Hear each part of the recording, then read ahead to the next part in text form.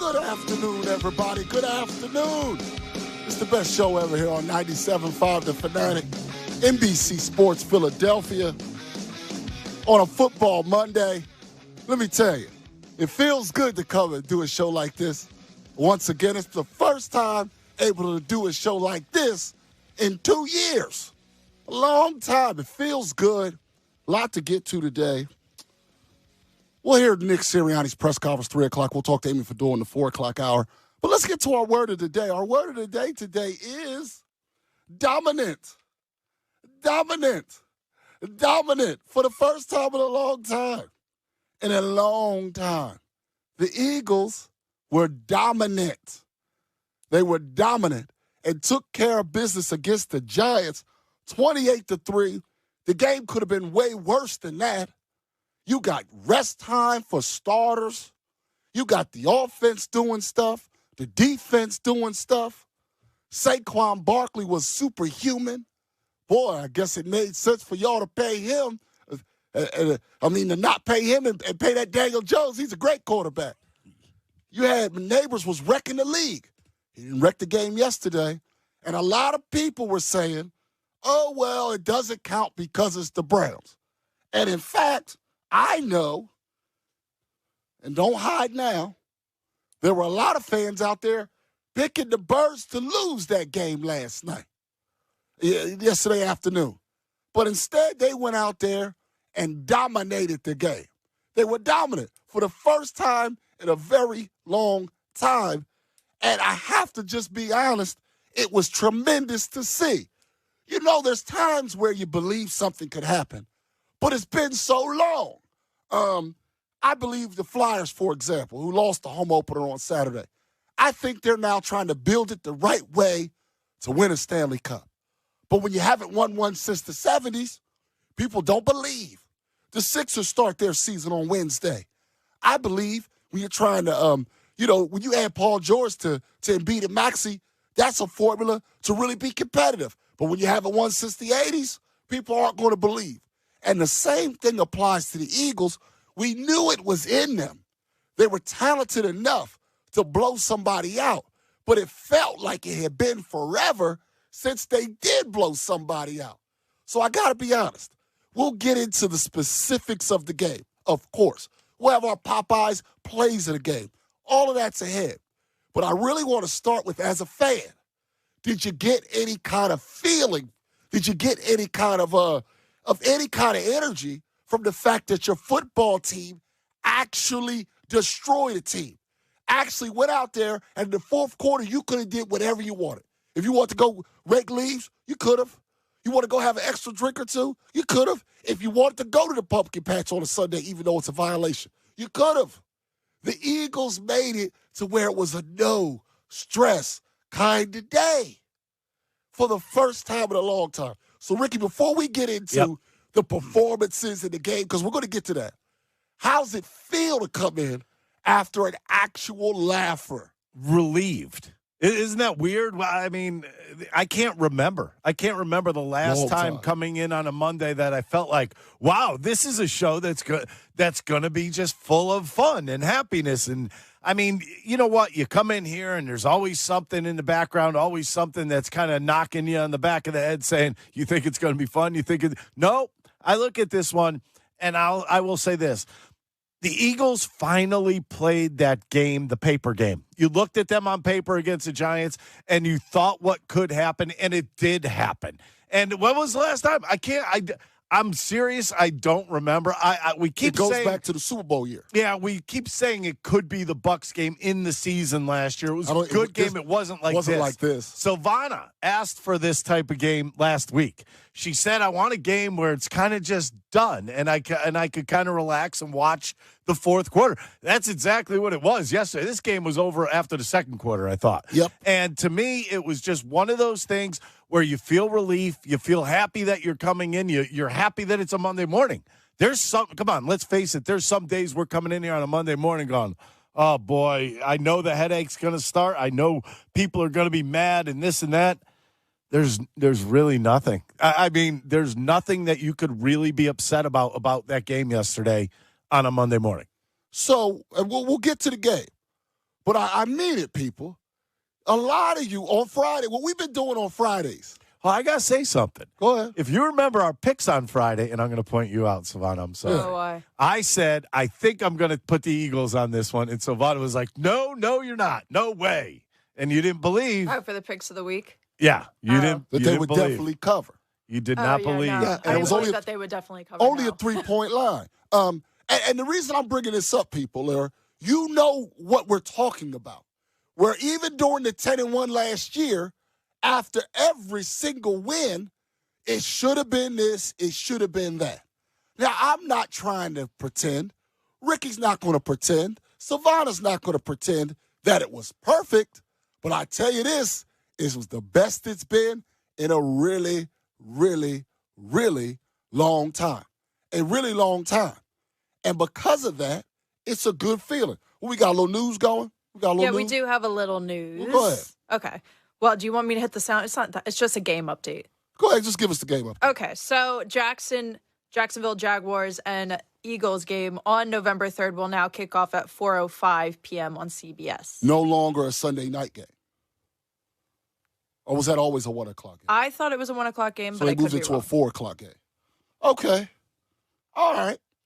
That's cool. Oh, it was a night game. You're correct. So I thought moved it up. was a night game. Yep. I think that has more to do with the Jaguars. Jacksonville. Yeah, that has to do with Jacksonville. That has to do with Jacksonville. The Doug Peterson returning to Philly thing doesn't matter right now. I mean, they won, so he saved his job against a bad Patriots team, but he may not even be the coach by then. So little news for you, for the fans out there that we're going to go to that Sunday night game, 4 o'clock. I prefer 4 o'clock over the night game anyway, personally, so this comes out as a win. But you know that feeling where you're glad your team won, but you're not happy. This one, in my opinion, when your team's dominant, you got to be happy, okay? When your team's dominant, you must be happy. Now, that doesn't mean you can't notice something you didn't like, but it's like you go out on the greatest date of your life. Are you upset that you thought something had just a little bit too much salt? Or your drink was a little bit, just a little bit too much booze in it? You don't want to nitpick when your team's dominant. And you can say, oh, it's the Giants. Okay, fine, it was the Giants. But everybody hasn't been dominant like this. And even if everyone does have been, that doesn't mean the Eagles would be. Right. And the fact that the Eagles decided we're going to go on the road with a 3-point line in which many fans in the city were scared to death. I'm not going to pretend like that didn't happen. And you go and kick that team's tail, that matters. And it was top to bottom. Yep. It was top to bottom. There was, I mean, the defense was there, the offense was there, running game was there. When you really think about it, I guess the one thing that people will know, well, Jalen, he only threw for X amount of yards. I don't care. He didn't have to. He only threw the ball 14 times. They didn't need to. 14 times. And you know what? You know what I liked? I was looking forward to this, that the defense was relentless. Yeah. And that, to me, was what I was looking for. I saw it in the Browns game, and I know the Browns weren't very good, and we know the Giants aren't that good of a team. But you know what? There's games that you let up in. This team did not let up, and they did exactly what they were supposed to do to a team like this. So I guess we finally got to a point where a bad team was standing in front of you, and instead of keeping them around all game, you just buried them and continued to just drop the hammer on them as the game kept clicking on. That's what I wanted to see, and I got to see it finally. And it makes me feel better about the Eagles this game. The Browns game, not so much. But now that you do it 2 in a row, it makes me feel a lot better. It does. I agree with you. You see, because there was no mental mistake from Saquon. We'll get to him in just a moment, where you let him back in. Never did they have a mental moment. Even though there were a couple penalties and there's still a lot of people on special teams, a lot of new pieces, they never gave those Giants any life. You never felt like, the Giants get ready to do something. You never felt that. No. And that's a good feeling, okay? What it's about more often than not when you're watching these games. If you're watching games other than the Eagles, you're seeing things that are around the league. Because, first of all, we're now at the point where the quality of play has improved now that after no preseason for basically anybody and all that stuff. So the games are getting crisper. But you're noticing a lot of drag out, a lot of, man, this team had to score late to win. You're seeing a lot of that, even with some bad teams. But with the Eagles, what you saw was they came out with a certain game plan. They saw, okay, and Fred struggled early. But as soon as they decided to make Saquon the focal point, not only was it game over, for the Giants, it felt like it was season over. Like they now recognize this defense we have is cute. This defense we have will keep us in some games, but we got no shot. Yeah, they probably realized that they were plus 1,500 to win the division. Yeah, like they probably realized, you know what? We probably thought a little bit of this, neighbors, a little magic. Maybe we'll find a way to make this competitive throughout the year.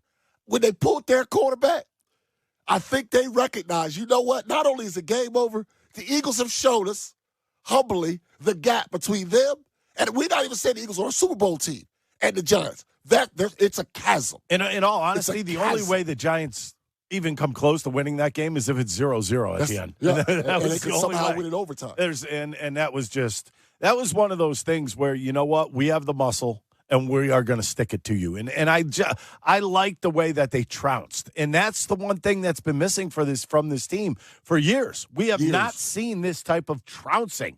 And this was one of those things where we got Saquon. Guess what? He's going to run it down your throat. Jalen's going to throw when he needs to. He A.J. Brown for a score. We'll get to it's a little bit of everything. All Popeye's plays but my whole point is they did exactly what they needed to do, and it almost looked effortless to me. And so let's talk about Saquon for a moment, because we know the stats. First off, how about him as a team guy? He easily could have set his personal record, easily. He easily could have tried to get an extra 2, 3, 4 touchdowns. Instead, Gainwell plays. By the way, I know people don't like him. Gainwell played well. Gainwell, which is going to matter over the course of a season. Gainwell played well, which is good. He comes out the game, but his mental approach, right on the early drive, when they throw him that play, which is basically just a check down to get ready to punt. And rather than run and go out of bounds, he decided to go put his face in somebody else's face and knock him on his ass. Like, I don't like to use that language because I realize the TV and the kids and the butt, but that's not what he did. He knocked the guy on his A-word. He didn't knock him on his butt. It was worse than that. It was more disrespectful. You kind of knew he had that extra. And then the first long run, which we'll get to in our Popeyes plays a game. He puts himself out there, and now you realize, man, this dude's on another level. And then you looking at it, you going, so let me get this straight, New York. You didn't even think, though, you wanted to pay him nothing?